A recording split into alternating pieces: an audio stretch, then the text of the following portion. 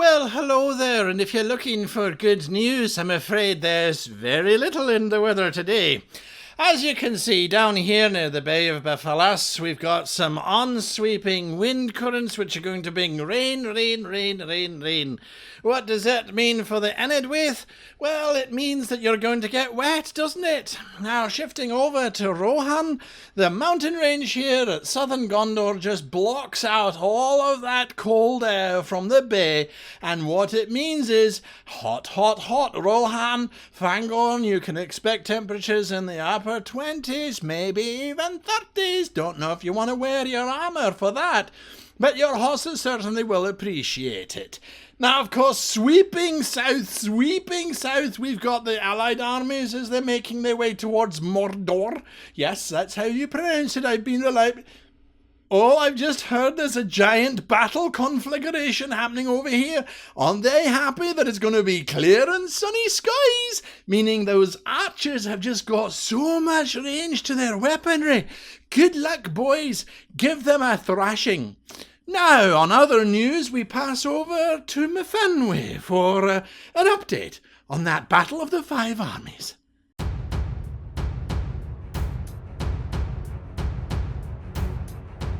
All right, seriously, you can't blame me for that opening. I couldn't not do that. And yes, I understand the five armies were fighting in the north. And, well, it was, it's improv. I mean, you've got to roll with it. You've got to go with it, right? I mean, that's what it is. Hello and welcome to this week's episode of Campaign Creator. My name is Guy, and today's episode, of course, is brought to you by the ever-wonderful World Anvil. World Anvil, that world aggregator, that collector of our thoughts, that storer of our ancient lore and knowledge, keeping us on the straight and narrow.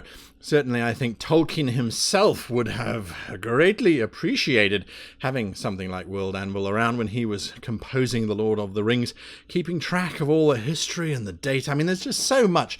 There really is so much data here. I'm going to get out of the way in a little bit. Don't you worry. Don't you stress. I'm not going to make too much of an impression on today's video. Let's put it that way. Right, so just a reminder, of course, if you like these videos, that's what the like button is for, and of course subscribe if you want to be reminded of when new videos come out. And they do come out weekly. We've got videos on Tuesdays, which is Great GM. We've got Campaign Creator, which is on Thursdays. We've got the live series, that's live on YouTube and Twitch on Fridays. And then, of course, we've got Ghost Assault March the Playthrough. That's live on Saturdays, so join us for that. And there's a Below the Decks talk afterwards, as well as a before show where I talk about my plans and plots on how I'm going to be running that particular adventure in the behind the screen. So lots and lots of stuff for you to have a look at. And then on Sundays we release Player, how to be a great player. So there's stuff coming out every day almost, it seems. Now, before we go much further, I do have to talk about the podcast, which is currently being released. We have a podcast, that's right. If you are a Patreon at our $3 tier, you can pick up a copy of that podcast for yourself. We do all kinds of weird and wonderful stuff. We've done converting movies into adventures. We're currently doing a Fabled Lands playthrough. If you're a fan of the Fabled Lands, I do a bit of a playthrough on that one. We've also done the complete guide to epic campaigns, where I kind of annotate the book as I go through it. I read through it and talk about what I was thinking. So there's all sorts of stuff going on, all sorts of stuff. All they're designed to help you have a better role-playing experience. Now, today we're talking about geography, and you might be sitting there going, but hang on a moment, we have finished geography. Yes, we have. We have finished geography. We've done our world map, and we've done our regional map, but we haven't done a location map specifically. We haven't done sort of within a 100-mile kind of context. We maybe have done something that looks like it's a 100-mile grid, but we haven't done an actual map of that 100-mile area, and we're not going to be doing that today, specifically not today. What we're going to be looking at, though, is we're going to be looking at something that's rather exciting from a final touch, a flourish, if you like, that will just cap off your campaign. We've got the first adventure coming up, the actual official first adventure that's going to kickstart this campaign. That should be coming up, I think it's next week, as a matter of fact. So when you're watching this video, you should be excited because you should be getting your players gathered. You should have done your session to 0 already. We went through that in a previous video on the Campaign Creator series. Now we are talking absolute ground zero adventure number 1. So we're going to be looking at our geography today. We're going to be looking at tweaking it, and we're looking at Tolkien specifically because the way that he designed Middle Earth wasn't by chance, as far as I'm concerned. Of course, he and I were very good friends, possibly. I don't know. I wasn't there at the time. But he designed Middle-earth very specifically to give us a sense, to lead us, to take us on a journey as the reader, and in the same sort of thinking as a player, it is the same journey that we want to take our players on. It's not to say that your world has to gradate as his does, but it is an excellent example of how one looks at both realistic geography and fantastical geography, and that is what we're going to be unpacking in today's episode. And that right at the end of the episode, I'm going to give you one final bonus tip of mine, some thought that I have had specifically on that. So let's bring up the slides now. The slides are hidden by the map because that's how it works. There it is, geography hidden behind me because the Bay of Buffalas is over there. I think it's the Bay of Buffalas. Or maybe that was in the Second Age it was called that. I'm not sure. Anyway, I'm going to get out of the way here so you can have a look at what we're going to be talking about. We're talking about real geography. We're talking about fantasy geography. And then we're talking about the expectation that goes with it. There has to be an expectation. Why? Well, because the moment we look at maps as humans, we start to unpack, we start to analyze, we start to go, really? A square mountain range? Not buying it. Not buying it. It just wouldn't happen. Why would there be this vertical next to these two horizontals? What could possibly have caused that? Tolkien had an answer for that. He did have an answer for that, and I'm going to take you through that answer a little bit once we get there. But we haven't got to Mordor just yet. We must get there. So we're going to look at real fantasy and expectation, and then one little extra thing at the end of the video. So stick around for that. So let's have a look. So real geography. Real geography, we talk about the mundane, we talk about controlling our players' movements, and then we talk about the real versus the narrative. Now, ultimately speaking, the narrative is very important for us to have a look at because that is where the story sits. Realism is a simulationist space. So if you're playing a simulationist game, fear not. This video is still applicable to you because in a simulationist game, you look at what causes the geography as well as just adding in cool geography. If you're playing a narrative-based game, that geography should really be designed to help you. Again, going back to the simulationists, just as a complete aside, the simulationists within you, you might want to look at it and say, well, how do we make a square mountain range? What geological forces do we need to use to get there? So you start to actually go on your own creative journey as you try to understand how you could possibly justify using Earth physics to achieve what you want to achieve, to control the story, and to make sure that the players are having a good time. Now, let's unpack this. Mundane. What could be more mundane? Let me just try and grab this. What? What did I grab there? No. I had planned this and it didn't work. Let us go to here. The most mundane territory ever. And let's just open this up so it's nice and big. The Shire. Look at the Shire. The Shire is exactly what we expect. It is mundane territory. We've got little forests, the old forest, the Brandywine River, a few little downs. Okay, there's some weird stuff happening in those downs occasionally, but nothing major. The Weather Hills, the North Downs. Lovely, mundane, calm, quiet little Shire. Nothing weird. Okay, sure. This was the old realm of the Witch King of Angmar, and then there's the lost realm of Arnor, and all that kind of weird and wonderful stuff, which is cool, but it's in the past. We are in mundane country, and as we journey through that mundane country, what do we get? More mundane country, until eventually we cross the Brunnen, and we finally arrive at the Misty Mountains. But the Misty Mountains in and of themselves, they are still mundane. They're still fairly simple in terms of this whole thing. They're just a mountain range, nothing special. Yes, they're kind of high, and yes, they have snow giants that live at the very top of them that throw giant snowballs. But generally speaking, they're mundane. They're just a mountain range. Okay, they don't float, they don't hover, they don't move around, they don't rearrange themselves at night to confuse strangers. But they are controlling. Have a look at this map. Now, although it played a pivotal role in both books, look at this. It goes all the way from the top, from Carndum, all the way down and down past Isengard, all the way down basically to Anfalas, all the way down there. A nice giant wall. If that isn't controlling geography, I don't know what is. Then we continue further over, and of course when we were trying to go to the Iron Hills and the Lonely Mountain, all the way over there at Erebor, we have to go through the Mirkwood Forest. Again, a big controlling strip of forest. Big controlling strip of forest. When we're going to Mount Doom, now we can skirt around that and we can go through Rohan and come in through down this way and come in all the way down here to Osgiliath and of course to Minas Tirith and then into Mordor itself. 2 different books, 2 different problems. But so controlling, so very, very controlling. What else did Tolkien do? Oh, I'm afraid you can't take the pass. No, those are closed. You can't just cross the mountains. You get abducted by goblins because there's goblins in the mountains. So it's a very controlling space. So from the real to the narrative was being served by the geography, and the geography was being served by fairly real mundane conditions. The whole thing was being controlled. The narrative was being controlled by the geography. The geography was becoming controlling. So it was a very strong, very powerful space. Once we get out of the controlling space, we start moving into the fantasy space. What happens? So let's go back to the Shire, back to Bree. Yeah, very nice. Bree, I loved Bree in the film. It was the first time really that we got a sense.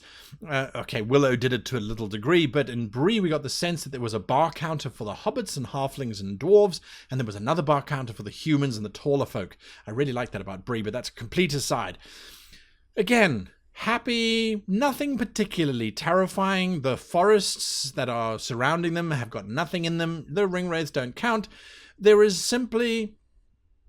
It's nice. It's lovely. There's an old farmer. That's the scariest thing. We get into the mountains and now we get goblins, but again, we kind of expect goblins, and are they really fantastical in a fantasy environment? Not really. I mean, they kind of... Then we get into Rohan, well, the area of Rohan, and that's a whole different story. We've got Ents and Fangorn running around doing all of their Entish kind of stuff, which is fine. It's cool. I'm hip. It's fine. Whatever. No judging here. We've got some Ents running around, but we also have Mirkwood. And Mirkwood is filled with interesting things. Dol Guldur, for example. I love Dol Guldur, the original king seat of the shadow, moving around inside of Mirkwood. Now, they hinted at the various films and things, but it never really... I mean, there was a whole bunch of stuff that happened there, of course. But Mirkwood is no longer just a forest. Now it's a forest that's been overtaken by shadow. So instead of it being this wonderful forest where the elves used to romp around and live carefree lives, now suddenly there are spiders aplenty, and there are other darker things that lurk in here. But there is also a river that runs through here, a little stream, which causes one to forget one's memory. That's fantastic geography.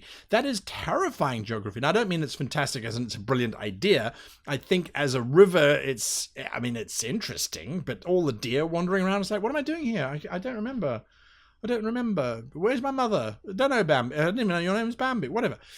So you've got this stream that causes people to forget stuff. That's pretty interesting. You then have this demented elf king who's decided that they're going to go underground because that's a thing. Again, that's some cool ideas. So we've got some out-of-the-box stuff happening, but Tolkien saves the best for last. We follow down to the arid Lithui mountains and into Mordor itself. The square mountain range. How do we account for a square mountain range? This is so weird. And when you look at the map of Middle-earth, you're like, oh, fantasy map. Oh, so pretty. Why is there a square mountain range? It really does stick out. And it vexed me. I was vexed, as I hope you should be too when you look at it and you go, was he trying to make a fork or a shovel space? And what's on the other side of Mordor? Well, we don't talk about the rune, I think it's called, run, it's called, whatever it's called, it doesn't matter. It's on that side of Mordor. It's over there. They've got nice weather and sunny skies and, Mamelukes and that kind of stuff. Mordor is explained by Morgoth, the original incarnation of Sauron before he became the Dark Lord. In the First Age, he used volcanoes and stuff to make this entire area appear using volcanic eruptions and things. There was some debate that in the First Age, for those of you that don't know, Middle Earth has gone through 3 ages. The First Age, the Second Age, the Third Age, which is when The Hobbit and The Lord of the Rings are set, and then the beginning of the Fourth Age, which is when all of the Hobbits, spoiler alert, get on a boat and sail off with the elves because they're done. Mic drop, ring destroyed, I'm out. So there was rumor that from the First Age this was a giant inland sea, and that's why it's this weird shape, and it was dismissed eventually by saying, no, actually it was mountains that were caused by Morgoths running around destroying stuff and doing the like. Okay, so magic explains the geography. So isn't that a wonderful thing? So all of you simulationists out there who really want an explanation for stuff, if you have magic in your campaign, you should be able to argue with yourself that magic could cause these strange shapes to happen and these strange things to happen. So I think that is an example of where Tolkien had moved all the way over, right the way through into just complete fantasy. He'd abandoned his ideas of the Happy Shire, where everything is pretty much normal, and started moving forward. So what are the implications? What are the implications? Well, the implications with this mountain range, for example, is that there were terrifically powerful beings in the past who could do this kind of stuff. The implications of the river flowing through the forest, and that of this evil spirit from Dol Guldur busy infesting and destroying the lives of those that live there. Again, absolutely fine. You go all the way to the Lonely Mountain and suddenly we have Smaug running around, traumatizing the poor dwarves of the Iron Hills, as well as, you know, the Freemen and Mount Gundabad, where there's another dragon, and there's the Witch King of Angmar and all those kinds of wonderful things further north. So the idea is that the value that is given to your local space is it enhances it and makes it slightly different. Rather than it all just being mundane, fantasy allows you to have some really cool stuff. Now, Tolkien doesn't go very far in terms of that. You can go much further. Look at the film Avatar, where we've got floating upside-down islands and 4-winged beasts and 8-winged beasts and all that kind of really cool stuff. We've got all of that happening within Avatar, which is ostensibly, it's a science fiction situation, except that it's treated as if it was almost fantasy, with these strange mountains that float upside down because the rock is magnetically misaligned, or whatever the case, all that kind of stuff.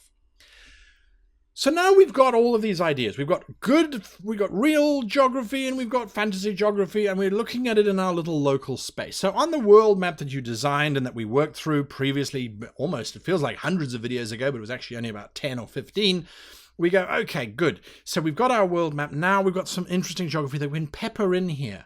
So when designing this bigger map, Tolkien might not necessarily have thought about what river was inside of Mirkwood and all of the like. As one can see here, it isn't indicated on the map, although it wasn't necessarily a very big river. It was just a river. So we can add, and we can add, and we can build. So what is the key here is that once it's been established, you need to use it.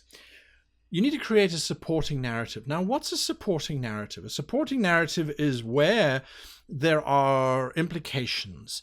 Castles that are built on floating islands. Floating islands are very unstable. So how do the castles get supplies from the castle, or from ground to castle? What are the things that have been put in place to facilitate that kind of thing? Where we've got this river that flows through it. Or, for example, if we go down here, if we go to Mordor, Mordor is described as a dead land, darkened and evil. However, Nirn and the sea area of Nirnen, all of this is farmland, which we discover later on, because Mount Doom, which is busy spewing out all of its volcanic stuff, is populating this with very rich, fertile soil, which makes for great grapes, although they don't have a sea breeze, unfortunately, but they have good crops. So that's where their crops come from. So if the narrative supports it, it makes it a lot more believable. Your players will go, okay, yeah, that's cool. We're passing through Nirn farmlands, which are run by slaves, which have been taken from basically everywhere, and with these giant orc overseers, and this feeds the orcish army. It needs to be incorporated into your story as well. You need to build it in so it makes sense. Don't have the knights walking around in heavy plate mail if they need to float, or if you're doing a sea campaign, they're still wearing full plate mail armor. It doesn't make sense. But perhaps there is an alternative. You don't want to nerf your campaign world just because of your geography and you want your geography to be interesting. No, perhaps it's about saying, okay, well, as a matter of fact, there is a particular seashell that's very, very thin, very lightweight, and acts like plate mail, but it isn't plate mail, but it is plate mail, but it isn't plate mail. You get my drift. So that is what we look at when we look at creating local regionalized geography. So when we are now getting to the point, we're going to start our campaign. If we just go up here, let's go back to the Shire. There is the little Shire, just here. Here is I hold the Shire in my hand. There is the Shire, and we are now going to start our adventure there. That's where we're going to start our adventure for the sake of argument. We can now draw a map of this region. We can draw a map of this region and unpack it a little bit and say, well, you know, with the Weather Hills, maybe they're interesting. The South Downs, we could do something in the South Downs. Certainly what they did in Lord of the Rings Online, which was a great computer game, MMO that came out still operating. In the South Downs, they put that the Barrow Wights, the dead, had risen. So the Barrow Downs were now a terrifying space. The environment wasn't so bad, but it was. And in the Old Forest were lots of spiders and all kinds of wonderful things and traps and that like. So you can really unpack this entire space and start to add in real geography, fantasy geography, and work on that expectation. Now, for those of you that have stayed until the very end of the video, I applaud you, I thank you, and something that I didn't talk about in the video specifically, but which is something that's very, very important. Part of integration, part of making your world feel as if it is real, is bringing in the NPCs. The NPCs can be a wonderful voice, a wonderful solution for questions that the players might be asking. Why is that a square mountain range? A passing farmer turns and goes, well, you know, rumour has it that it was the crazed Morgoth who used his necromantic, geomantic ways to make a fortress out of the mountains themselves. Can you imagine that first battle that the elves fought in against him? You're fighting not just against the necromancer of all evil, but you're also fighting against the geography itself. It must have been spectacular. And then the NPC hobbles off. What you've now done is you've made sure that the world feels as if it's also taken cognizance of this bizarre mountain range. But at the same time, he's now given them a whole lot to think about. There was this strange thing, this age beforehand. Maybe you've got some lore that your characters can make checks of. Maybe there's some more history. Maybe there's an adventure or two. Maybe when they get into those mountains, they discover a secret tomb which has the original map of the world before the mountain ranges were raised up to create this dark fortress of geography. All kinds of interesting things. Now, before we finish off the video, truly and properly finish off the video, I do think that we would be remiss if we didn't have a look at what World Anvil offers us in terms of creating some interesting laws, some interesting physical and metaphysical laws. So when we come over to World Anvil, sporting their new very spiffy interface, courtesy of their new launch of Heroes, which has been out now for a while, we have this physical, metaphysical law button. Let me go back one so you can see it. We have this law, metaphysical law, where maybe your world's gravity works differently. There's magic in the air, or light travels slower. Any number of supernatural laws. You can come in here, and of course you can turn this into a wonderful article, and there's lots of prompts. And the one prompt that I particularly like is the visualization. So you have floating mountains, and I go back to floating mountains because they're the easiest to think of. But what if you have forests that migrate, literally migratory forests, or mountains that rise and fall as they breathe, or perhaps it's snow which is hot. All kinds of weird and wonderful things can populate your world, and no one would be unhappy with you. But the visualization space allows you to create words and keywords that are going to jog your memory. Hey, the hot snow. Why? It looks like snow, but it isn't. It's known as the white fire. And the white fire only occurs around certain mountains. It's incredibly dangerous to access. But once you have it, you can bottle it. And it burns as bright as any torch and never loses its heat for example.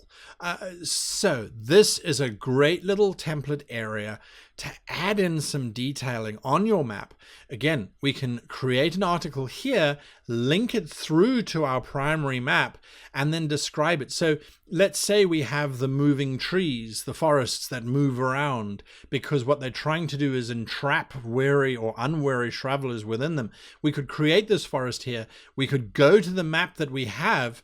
Let's just go back to that world map that we created. We could go to this world and say, right, well, down here in Utherios, you see we're on the big scale. The big scale, the forests and stuff are not particularly exciting. I don't want to click on that.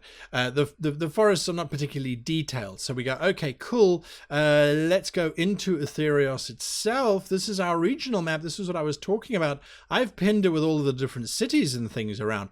But again, if we wanted, say, the forest around Sargo on the Cessanor River, if we wanted that to be an ambulatory forest, we could quite easily do that. And again, this is something that I particularly like, is that we can right-click on this and we can add in a marker. We can add in a marker that says ambulatory forest.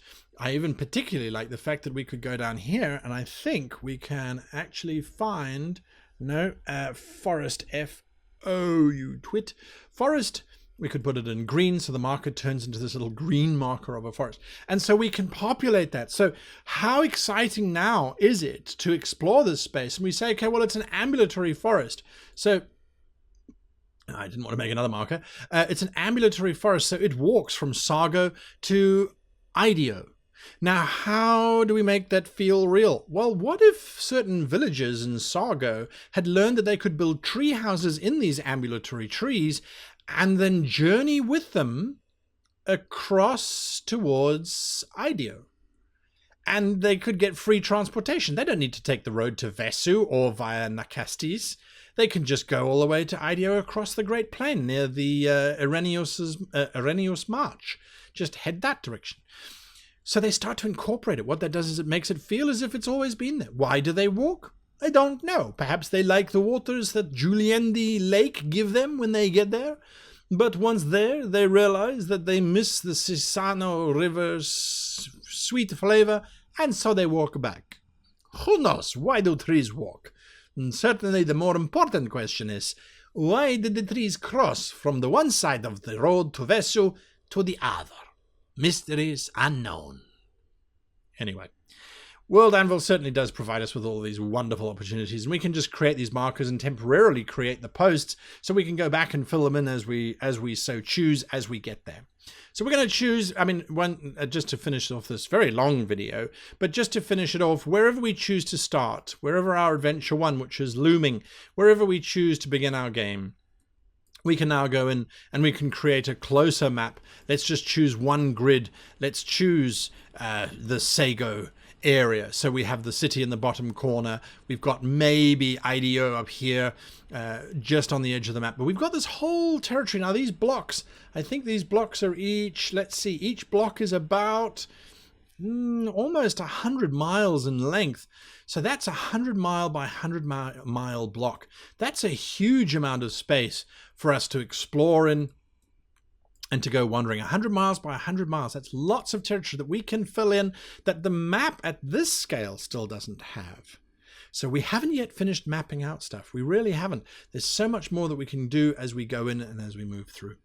I hope this video has been enlightening. I had really tried to keep it as fast as I possibly could, but, well, clearly some things are just worth talking about.